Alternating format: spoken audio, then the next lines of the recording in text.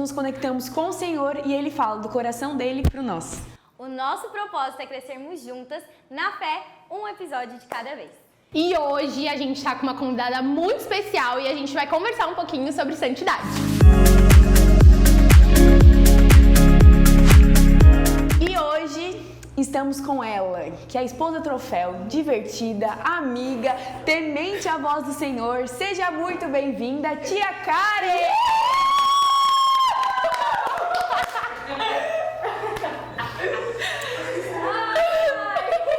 Gostou da sua introdução? Adorei. Esposa troféu, um ponto importante. Sabor, esposa troféu, muito bom. Tia Karen, seja muito bem-vinda ao Girls obrigada. Talk. É um privilégio te ter aqui. E antes da gente começar, vamos fazer uma oração? Amém. Vamos orar. Meninas, vocês estão assistindo a gente? Fecha os olhinhos. Amém. Jesus, muito obrigada, Deus. Nós queremos te agradecer, Senhor, por essa oportunidade de levar o teu nome, Pai. Nós queremos te dizer, Jesus, que você é o nosso convidado de honra, Pai. Você tem liberdade nesse lugar, Senhor. Flua através de nós, Senhor. Nós queremos ser instrumentos nas suas mãos, Senhor. E que cada pessoa que estiver ouvindo, Senhor, seja inundada pela sua presença. Nós entregamos essa conversa nas tuas mãos e nós te agradecemos. Amém. Amém! Tia Karen, então, pra começar, conta um pouquinho quem é você. Quem é você, o que você faz, qual é seu nome, CPF? Meu Deus, que medo. Bom, eu me chamo Karen, né? Todo mundo já sabe. Sou casada, tenho 2 filhos, a Melissa, linda, maravilhosa, e o Miguel, meu príncipezinho. Que mais? Quem é você? Você é tia? Isso, sua profissão. Eu sou professora, mas no momento não estou exercendo a minha função, mas eu sou professora desde 2015, acho que é isso, que eu comecei a atuar como professora. No momento estou em casa por uma direção de Deus, né, o ano passado o Senhor me direcionou a voltar para casa, a estar em casa, então estou em casa. Nos teens eu estou acho que uns 4 anos. Nossa, faz tempo, hein? Acho que é por aí, porque vão fazer 5 anos que a gente se mudou para Criciúma esse ano. Então, há 1 ano a gente não serviu, no outro ano a gente já começou a servir nos teens. Então, acho que é isso, uns 4 anos nos teens e já entramos nos teens cuidando de win home. Deus movendo, No né? começo a gente iniciou no win home do Rio Maina, ficamos lá acho que quase uns 2 anos, 1 ano e meio por aí. Depois a gente foi pro Pio Correia, que se transformou no Michel. Atualmente é o Michel. Isso, atualmente eu e o tio Biano cuidamos do In Home Michel. E estamos nos teens aí. E tu comentou que tu tá em Criciúma há 5 anos. Onde tu morava? Como era a sua vida lá? O que fez vocês mudarem pra cá? Então, é uma longa história. Conte-nos essa longa história. A gente morava no interior de São Paulo, Paraguaçu Paulista, bem interiorzinho mesmo. Fica mais perto do Paraná do que da capital de São Paulo. Então o pessoal fala assim, veio de São Paulo, aquela correria. Não, gente, correria pra nós é aqui Criciúma. Lá era uma Aqui é cidade grande pra nós. Lá era tudo muito tranquilo, cidade bem pequenininha mesmo. Mas a cidade que a gente nasceu, cresceu, né? Meu avô tinha uma igreja lá. E eu nasci na igreja, né? Meus pais eram presbíteros, meu avô era pastor. Então, eu sempre, né, tive dentro da igreja, assim, envolvida com as coisas da igreja. E o tio Biano se converteu depois de jovem, assim, depois dos 18 anos. Eu, não. E aí, a gente morava lá, tivemos a Melissa, tivemos o Miguel, tudo, né? E depois de um tempo, passamos por muitas coisas no nosso casamento, tudo. Aí foi onde eu conheci a pastora Vivi. Mas vamos recapitular. Volta um pouquinho para como eu conheci a pastora Vivi, né? E vim parar aqui em Criciúma. Eu e o tio Biano, a gente começou a namorar na minha adolescência. Quantos anos? Eu tinha 14 anos. Cedo. Bem cedo. Não recomendo. Não faz o que eu faço. Não faz o que eu sigam. fiz. E o tio Biano, ele é 9 anos mais velho que eu. Então, assim, hoje não dá tanta essa diferença, mas pensa há anos atrás e eu com 14 anos. né? É uma idade. É uma boa idade. E a gente começou a namorar escondido ainda, tá? Não era nem autorizado pelos pais. Porque meus pais não deixavam, logicamente, por eu ser muito nova, né? Por ele ser mais velho que eu. Enfim, começamos a namorar escondidos, que já ia tudo errado, né?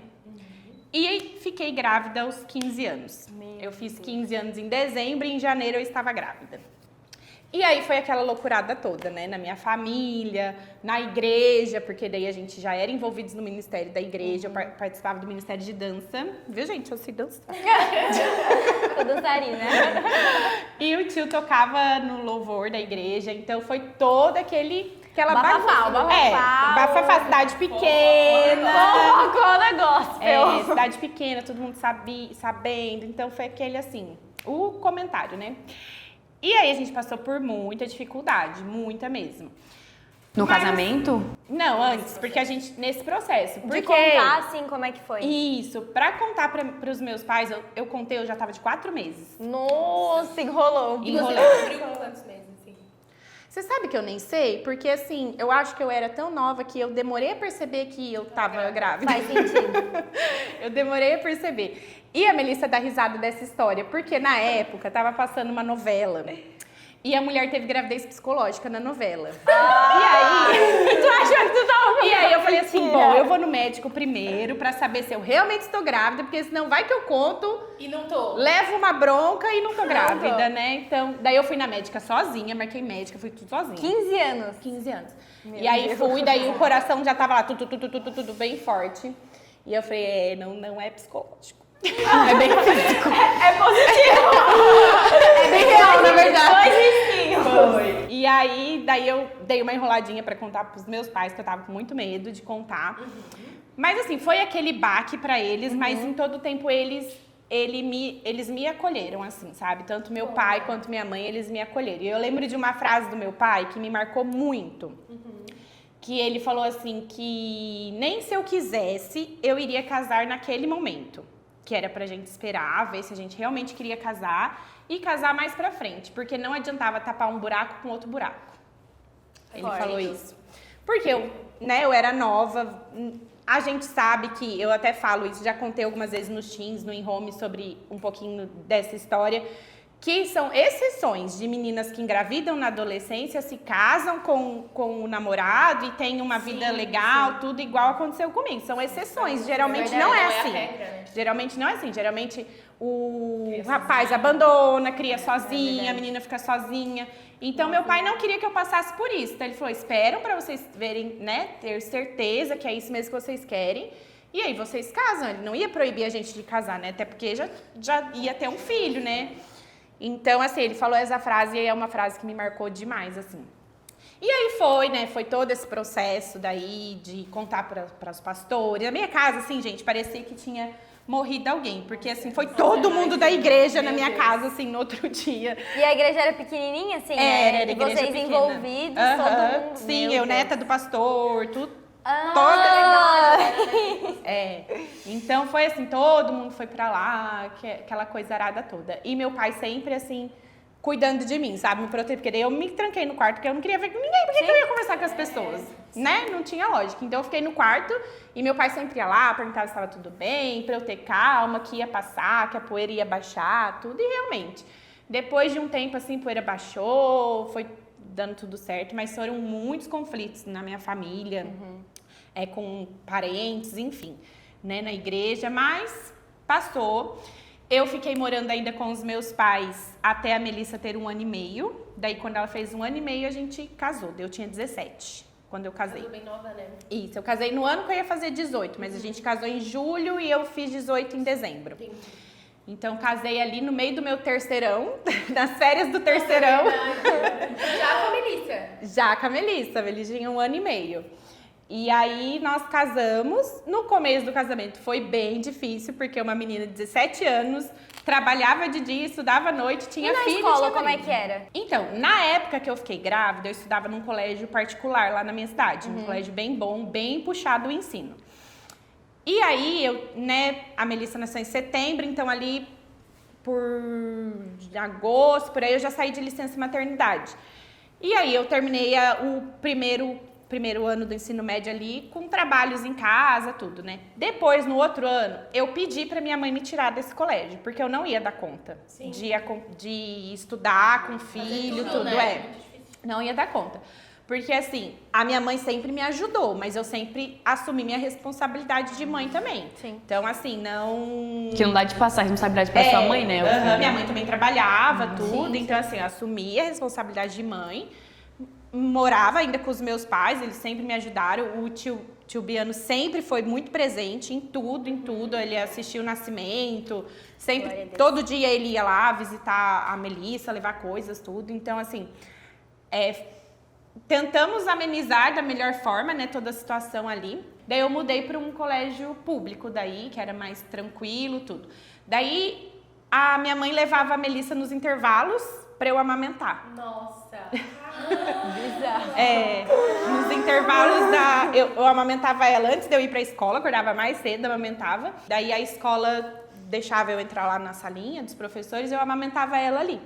Aí depois, né, ela foi crescendo, daí já foi introduzindo a alimentação, daí não precisou levar mais, né, pra eu amamentar, mas fazia assim. Aí, quando eu casei em 2008, a Melissa nasceu em 2006, nós casamos em 2008. Eu mudei pra noite, daí eu mudei de escola e mudei pra noite, pra terminar o ensino médio à noite, porque daí eu comecei a trabalhar.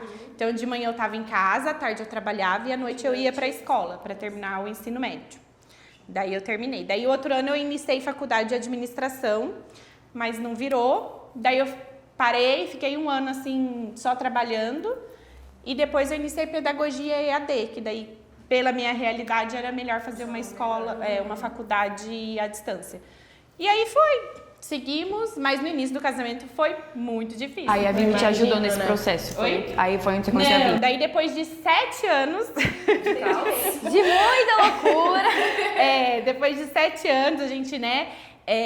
porque assim, o casamento, ele é uma bênção, gente, é maravilhoso. Mas quando duas pessoas se juntam, são culturas diferentes, são costumes diferentes, então até se ajustar leva um tempo. Sim. E a gente ainda tinha uma criança no meio de tudo isso. Era um ajuste assim total, né? Sim. Tanto pra mim, pro tio, pra Melissa, tudo. Porque até então também ela morava com os avós, com a tia, então pra ela também foi se acostumar a não ter mais a avó, o vô, a tia tão presente assim, né? Apesar que a gente morava 2 quarteirões de distância, então... Tava sempre pertinho. Tava sempre pertinho, E daí, passamos as primeiras fases ali do casamento, mas depois de 7 anos da gente casada, a gente teve uma crise muito, muito, muito forte, assim mesmo, no nosso casamento, que a gente quase divorciou mesmo, assim, foi bem tenso a situação que a gente viveu. E nessa época foi onde a gente eu conheci a Vivi. Porque na semana assim, mais turbulenta da minha vida ali, do casamento, tudo que a gente estava passando, eu fui adicionada no grupo da Vivi, que ela fazia de leituras de livro. Que legal. Eu fui adicionada. Como? Não sabe.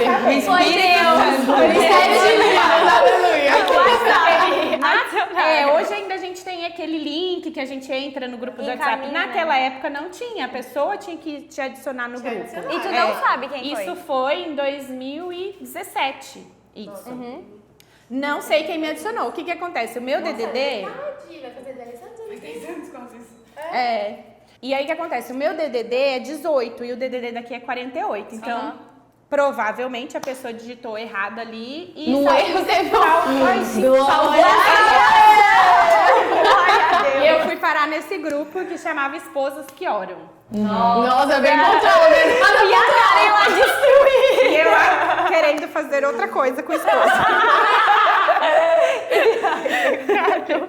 Não querendo orar. Mas assim, né? Aí eu olhei aquele grupo ali, entrei, vi se tinha alguém que eu conhecia. Ninguém. Eu falei, gente, o que é isso? Da onde surgiu, né? Mas enfim, sabe? Tipo, não saí do grupo, não senti de sair, mas também não ouvi o que tava lá. Ficou lá. Aí depois de uns dias eu falei, deixa eu ver o que tem nesse grupo aqui, né? Daí tava lá, ainda era a Vivi mesmo que mandava os áudios, né? ela falava, oi, eu sou a pastora Viviane Martinello, sou de Criciúma, vamos para a leitura do livro. E aí ela fazia a leitura do livro. Aí na época ainda eu lembro que eu chamei ela no privado, contei tudo que eu tava passando, tudo que tava acontecendo. Ela me deu muitos conselhos, muitos mesmo. Os cultos de mulheres vinham através de áudio, não tinha nem no YouTube. Meu Deus! Era gravação do áudio, assim, tipo 40 minutos de áudio. Só áudio? Só o áudio. Eu nem sabia quem era. Mas mandava onde? No No grupo do Meu WhatsApp. Deus! Vinha o áudio Nem assim. sabia disso. Aham. E aí eu ouvia, ficava ouvindo sempre, assim, daí terminou esse livro Esposas que Oram, foi para outro livro, e vários livros ela fez leitura, e vinha as reuniões de mulheres, assim, através de áudio. E aí eu escutava, e daí Deus usou muito, muito mesmo a vida da pastora pra trazer cura pra minha vida, né, pra trazer restauração pro meu casamento, porque o casamento, ele é restaurado, mas primeiro Deus restaura as pessoas, né? Pra depois restaurar tudo. Então, foi dessa forma que aconteceu. E a Vivi sempre falando, acho que nas reuniões, da posição da mulher nesse lugar da casa, né? Nesse lugar do lar. Então, quando você foi sarada, você se posicionou ali, aí o seu lar foi restaurado todo, né? Sim, Muito bom. E daí, daí depois a Vivi começou, daí com o YouTube e tudo assim, né? Aí eu comecei a seguir mais a igreja, assistir mais a igreja. E aí, nisso, a gente daí tomou uma posição, nós dois, né? Porque assim, eu cresci na igreja, né, como eu falei, mas eu falo assim que eu acho que eu me converti nessa época da crise do casamento, que eu tomei uma decisão mesmo assim. Se posicionou. Porque o que acontece? Que é uma coisa que eu vejo muito hoje em dia, eu tenho falado muito isso, principalmente lá no nosso home, que às vezes a gente é uma dracma perdida. Hoje eu olho minha história e eu vejo assim, porque eu estava dentro da igreja, então eu estava dentro da casa de Deus, eu estava, né, mas eu estava perdida, porque eu não estava firme com o Senhor, eu estava fazendo um monte de coisa errada por fora, né? Então, assim, às vezes a gente pensa assim, eu vou para a igreja, eu vou para o in-home e já tá bom. Não, você precisa se posicionar, né? Você precisa mudar de vida, porque não adianta só ir para a igreja, só ir para o in-home, não vai te salvar, não vai te trazer salvação, né? Não vai fazer você ter uma vida de santidade só porque você vai para a igreja, só porque você frequenta o in-home, né? Então, hoje eu olho minha história para trás e eu me vejo assim, sabe? Que eu era assim. E depois, quando a gente casou, a gente era novo, né? Eu tinha 17 anos, tudo. E as influências de trabalho, que daí eu comecei a trabalhar, tudo, as influências, a gente começou a ir pra festa, pra churrasco, ir beber, né? E estando na igreja. Em nenhum momento a gente saiu da igreja. E isso também não ajudou no casamento, né? Isso também não ajudou no casamento. Porque são brechas, né? A gente vai abrindo brechas e o diabo vai... Acordei e vou me desviar. São pouquinhas coisas. É uma festinha aqui, vamos, tá tudo não bem. tem nada a ver. É uma festinha ali. Só uma bebidinha ali. Isso, experimenta, não sei o quê. E quando vê, você já tá todo. Então, tipo assim, eu tenho vergonha até de falar isso, mas vou falar porque eu sei que às vezes tem adolescentes que passam por isso, né? Mas, tipo assim, na sexta e no sábado a gente vivia como se não houvesse amanhã. Sabe? De beber, de ir pra churrasco, pra festas, tudo. E no domingo a gente tava lá na igreja, como se nada tivesse acontecido. Sim. Né? Então, as pessoas não sabiam que a gente estava vivendo. Nem imaginavam. Mas Deus sabia. Sim. Né? Deus estava vendo. Então, assim, a nossa vida não fluía, porque não flui, não tem como fluir. Não tem como misturar água Porque é uma suja vida com água dupla, limpa. né? Na verdade, é uma vida dupla. Então, nada da gente fluía. Nossa vida como casal sempre era muita briga. A nossa vida financeira era empacada, porque não tinha um posicionamento, entendeu? Então, assim, Deus não vai abençoar você se você ter essa vida de um pé lá, um pé cá. O crente Raimundo, um pé na igreja, um pé no mundo. Sim. É o morno, né? É o meio tempo, né? O meio termo, na verdade. E a Bíblia diz que o Senhor ele tem vontade de vomitar o morno, né? É preferível que seja totalmente gelado ou totalmente quente, né? O morno ele não tem uma posição. Então, assim, a gente viveu por muitos anos dessa forma, muitos anos mesmo. E daí, quando aconteceu tudo, né, a crise do nosso casamento, tudo, a gente tomou uma posição. Falou assim, ou agora a gente vira crente de verdade. Ou vai ou racha. Ou abandona tudo de vez. Abandona o barco. Porque não dá. Né? Na época da crise, assim, Eu tive muitos conflitos com Deus, porque a gente também tem o pensamento de que a gente está com Deus e nada de ruim vai acontecer com a gente, né? Então eu tive muitas crises com Deus, de falar, Deus, por quê, Senhor? Né? Mas a gente vai amadurecendo, vamos crescendo em relacionamento com o Senhor, e o Senhor vai nos mostrando pontos que a gente precisa melhorar, porque a gente também tem a mania de achar que é só o outro que precisa melhorar, né? Eu sou perfeita, eu sou a santa, é o outro que tá errado, mas não, né? Eu falo assim, uma crise no casamento nunca é culpa só de uma pessoa. É o conjunto todo. É um que vai deixando de fazer algo, é outro que vai deixando de fazer algo, e vai acontecendo coisas, né, grandes depois. Então, assim, nessa época, daí foi onde a gente tomou uma posição. Falou, não, agora a gente vai tomar jeito na vida, né, tomar rumo na vida. E daí a gente cortamos mesmo a amizade, né, e paramos de beber, fomos bem radicais. Porque eu penso assim, tem coisas que a gente tem vícios, né, vamos supor, a gente não era um vício, né, a gente não tinha problema com alcoolismo, não era essa a questão. Mas tem coisas que você até consegue diminuindo aos poucos até se libertar de tudo aquilo. Mas tem coisas que você tem que ser radical. Você tem que cortar pela raiz, entendeu? Então, assim, a gente cortou mesmo pela raiz, não vamos mais pra festa, não vamos mais beber. Então, assim, até o pessoal fala, vocês estão chato agora, né? E é assim mesmo, as pessoas não vão entender. É o posicionamento, né? As pessoas não vão entender o que você tá passando. Ninguém sabia o que eu estava passando dentro da minha casa. E vocês são os únicos responsáveis por isso. Vocês estavam plantando algo que vocês iam colher. Vocês estavam investindo no relacionamento de vocês, no casamento de vocês, na vida de vocês. E os outros nunca vão entender isso, né? E aí a gente se posicionou mesmo. E daí foi nessa época, tudo. Aí teve um ano que eu estava assistindo uma pregação da Vivi, já no comecinho de 21 ali. Eu estava assistindo uma pregação dela e ela falava sobre a plantação de 2 árvores. 2 árvores foram plantadas no mesmo dia. E o dono dela, cuidou muito bem dela. Fez uma cerquinha, ele aguava ela, ele cuidava, ele punha nutrientes. E a outra não. A outra o dono plantou e simplesmente esqueceu. Mas as 2 cresceram. As 2 árvores cresceram, se tornaram grandes árvores. E um dia veio uma tempestade e uma dessas árvores caiu. E daí a pergunta era, qual dessas árvores caiu? Eu, na hora, pensei, a árvore que não foi cuidada, né? Mas não, foi a árvore que foi cuidada, que caiu. Por quê? Ela tinha tudo de mão beijada. Ela não passou por nenhuma dificuldade. Ela tinha a aguinha ali, todo dia ele colocava água para ela, ele punha os nutrientes, ele não deixava ninguém pisotear em cima quando ela era pequenininha. E a outra não, ela teve que crescer sozinha. Então a raiz dela foi muito profunda para ela conseguir nutrientes e água. Muito bom.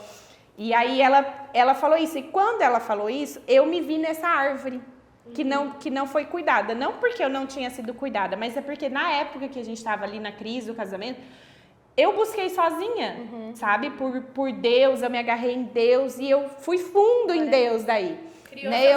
raízes, Isso, porque a gente às vezes também fica dependendo muito dos outros, sabe? Tipo, eu preciso de alguém pra me aconselhar, é bom. Eu preciso de alguém pra orar por mim, é bom.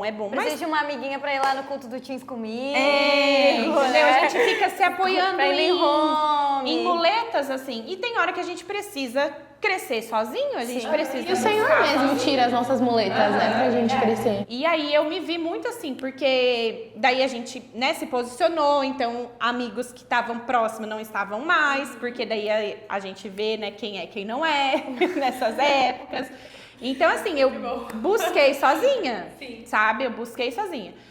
E aí eu me vi muito nessa árvore. E daí na pregação, ela ainda continuou falando assim, e que às vezes a gente pensa, né, que a árvore não está dando fruto e que o problema está na árvore, mas que o problema às vezes está no solo em que ela está plantada. E que Deus iria mudar pessoas de solo, levar para um solo fértil, saudável, para poder frutificar. E daí ali, naquele momento, eu senti o Senhor falando comigo, eu vou tirar vocês daqui dessa cidade. Porque até então a gente não tinha a menor... Tipo assim, nunca tinha passado na nossa cabeça de mudar de cidade e nem pra Criciúma, até porque eu nem conhecia Criciúma, né? Então, daí ali o Senhor ministrou muito forte. Daí eu conversei com o tio, falei, olha, o Senhor vai nos levar pra outro lugar.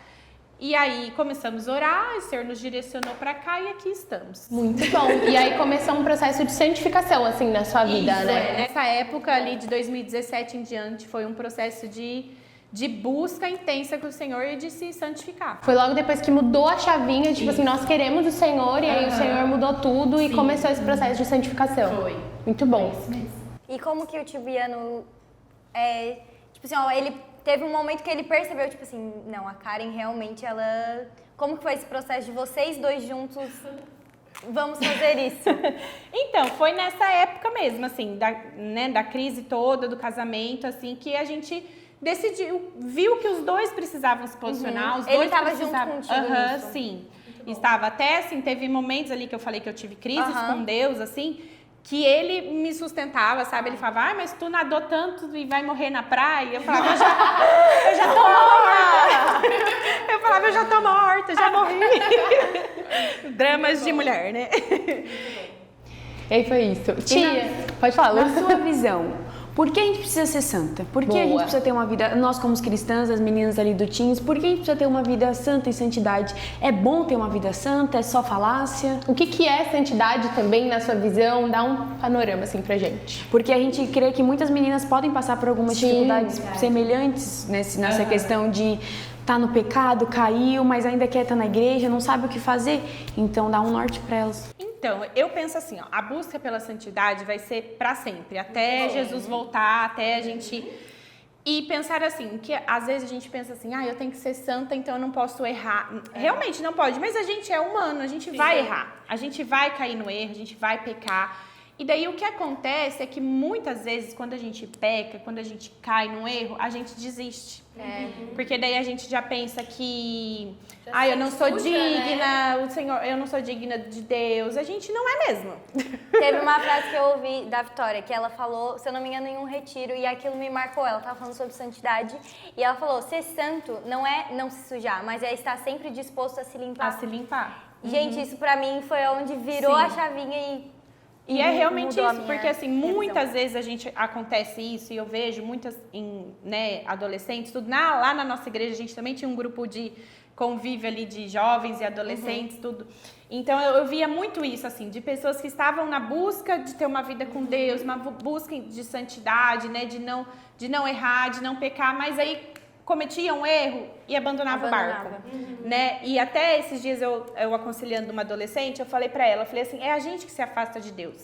Porque Deus não se afasta da gente, verdade. né? Quando Adão e Eva pecou lá no jardim, Deus continuou indo lá visitar eles. Eles que se esconderam de Deus, não foi Deus que falou, pecaram e agora não vou mais ver eles. Não, então Deus está sempre lá, disponível, misericordioso, para nos perdoar, para nos lavar, nos santificar. Deus está sempre lá, pronto.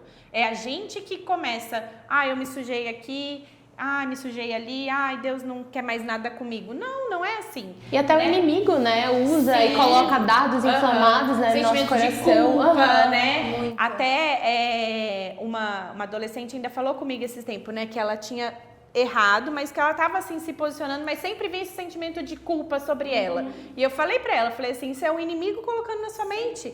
Porque a gente tem que se arrepender, tem que, pedir perdão pro Senhor, mas quando mesmo depois que a gente já se arrependeu verdadeiramente, abriu o coração pro Senhor, confessou nossos pecados, e esse sentimento de culpa ainda tá sobre nós, é o inimigo querendo nos parar, né? Porque ele é o acusador. Ele que vai ficar atacando. Aí é entender o momento e daí se posicionar. Falar, não, é o inimigo me atacando, então agora eu vou me posicionar, vou realmente mudar de lugar se precisar, ser radical e me posicionar, pegar a Bíblia e me posicionar para ser santa no Senhor, né? Verdade. E é uma busca constante, né, de santidade. O que eu falo assim, Enfim, né? a gente... O que eu acho errado é você continuar sempre caindo no mesmo erro. Sim. Né? Tipo, vai lá, peca, perdão, Senhor. Daí vai lá, faz de novo. Perdão, Senhor. Daí Então, isso o que não é uma fazer busca. depois que caiu? O que fazer depois que caiu? Algo prático, assim, para não cair mais, para tentar tirar essa culpa, alguma coisa. O que eu falo, assim, é se posicionar mesmo. É tipo, eu errei aqui, eu não quero mais errar aqui. E confessar, eu acho, ajuda muito, né? Ter uma pessoa. Vamos dar um exemplo, né? Vamos supor, um adolescente que tem o vício da pornografia. Então, ele sabe que se ele ficar sozinho na casa dele, ele vai acessar coisas erradas.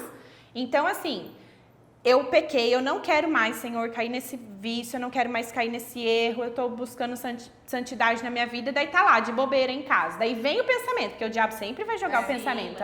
Olha, você tá sozinho em casa. Levanta, vai sair, dá uma volta no quarteirão. O tio Marcelo sempre fala, você não... tô aqui assistindo. Teve um caminho pra você chegar até lá. Porque primeiro vem aqui, né? Exatamente. Tudo. Tanto o pecado quanto a santidade, primeiro vem né? aqui, pra depois descer pra cá. Então, você quer ter uma vida santa, primeiro você vai começar a pensar o que eu preciso mudar. Purifica a sua mente, né? A renovação da mente. Tem um motivo, porque às vezes a gente pensa na santidade, tipo, às vezes nem gera esse, por que eu quero ser santo? O que tem na santidade, né? E a gente volta no princípio de que a santidade, ela nos aproxima de Deus. Então, eu quero estar próxima de Deus e por querer estar próxima de Deus, eu vou me limpar. Porque Deus, ele é santo, então ele não habita no meio da sujeira, né? Mas ao mesmo tempo, ele tem o poder de nos lavar, de nos limpar. Então volta nesse lugar de eu quero ser santo, não só por querer ser santo, pra ser melhor do que alguém ou qualquer coisa, tipo falar que eu venci isso, mas porque eu quero estar perto do Senhor, né? E aí acho que a gente começa a trilhar um caminho sobre o que fazer e como fazer, né? E sempre entendendo que a santidade, ela vai nos aproximar do Senhor. E o que a gente quer é estar próximo do Senhor, né? Então a gente precisa buscar um encontro. Eu vejo que, pelo menos na sua história, né? Quando você teve um encontro com Jesus, a sua vida mudou. Parou de ser o Deus dos seus pais e começou a ser o seu Deus. E essa é a primeira coisa que a gente precisa buscar, né? Às vezes até uma pessoa que veio de um berço cristão ou não, mas a gente precisa de um encontro com o Senhor e de iniciar um processo de santificação para estar mais perto dele, né? E até algumas áreas que tu falou que a tua área financeira não estava fluindo, algumas áreas assim. Aí no momento que você se aproximou do Senhor, estava santo aos olhos do Senhor, as coisas alinhadas, aí fluíram respostas, profissional, amizades, relacionamento. Porque não tem como a gente estar perto de Deus e não ser abençoado por Ele. É verdade. Porque Ele é um Deus de amor, Ele é um Deus carinhoso, Ele é um Pai cuidadoso. E Ele sempre vai querer o nosso bem, né? Não vai Ele vai nos livrar no meio das tempestades. Ele não vai... né? Não vai acontecer nada com a Axia porque ela é minha filhinha. Não, vai passar por problemas, por dificuldades, porque isso faz a gente crescer. Mas ele vai estar sempre conosco, né? Tem até uma canção que fala assim, que eu não vou cantar, porque eu canto muito. não vou expor. Esse dom meu é um dom assim meu, só meu. Só meu quando eu Mas tem uma canção muito antiga que fala assim: é impossível estar perto de ti e tuas bênçãos não ter. Né? Então, realmente assim, quando a gente resolve ter uma vida de santidade, uma vida posicionada no Senhor, que a gente abandona o pecado, faz escolhas, porque a vida com Deus é uma vida de renúncia, né? A gente tem que renunciar ao desejo da nossa carne, renunciar a amizades, renunciar convites, né? A gente tem que renunciar grupos de WhatsApp, a gente tem que renunciar amizades, às vezes, né? Muitas coisas, mas quando a gente tem esse posicionamento, o Senhor nos abençoa de forma grandemente. Ele vai colocar pessoas mais amigos, né? Amigos mais próximos, amigos que vão te levar para perto do Senhor.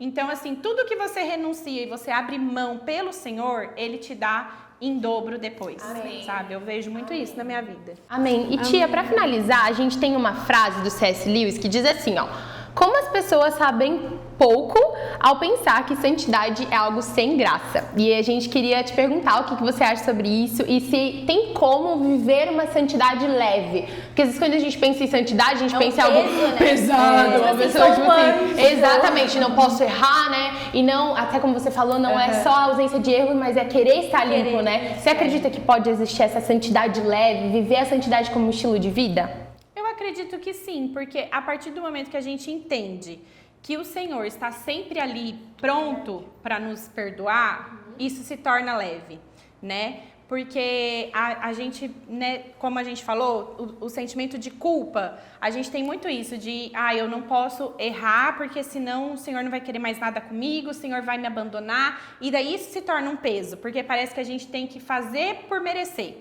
sabe? A gente tem que tá sempre, como eu posso dizer, naquela busca desenfreada, assim, sabe? Cuidando todo o tempo. E não, porque a gente vai errar, entendeu? Então, quando a gente tem essa consciência de que eu vou errar, mas eu vou tentar acertar, eu vou estar sempre tentando acertar, isso se torna leve, na nossa vida.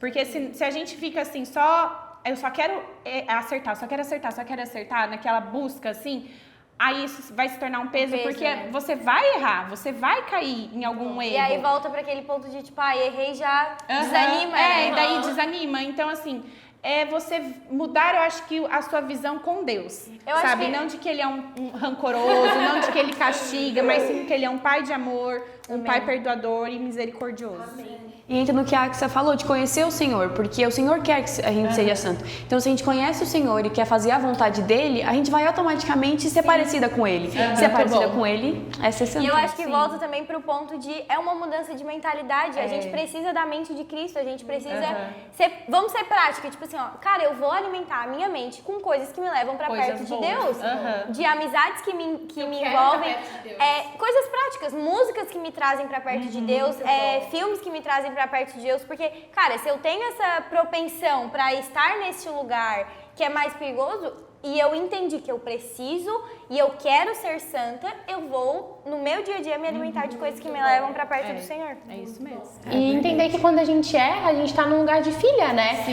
Eu gosto sempre de dar essa analogia, às vezes algumas meninas vêm conversar comigo, eu sempre penso num bebê que fez cocô e a mãe vai limpar aquele bebê. Eu não imagino uma mãe boa que vai bater nesse bebê porque ele fez cocô, enfim, mas uma mãe que realmente ama aquele filho, vai limpar ele, vai amar ele, vai entender ele. Então... E de entender que aquilo é normal, porque ele é um bebê. E eu acho que o Senhor olha pra gente, tipo assim, não, eu tô aqui, eu vou te limpar.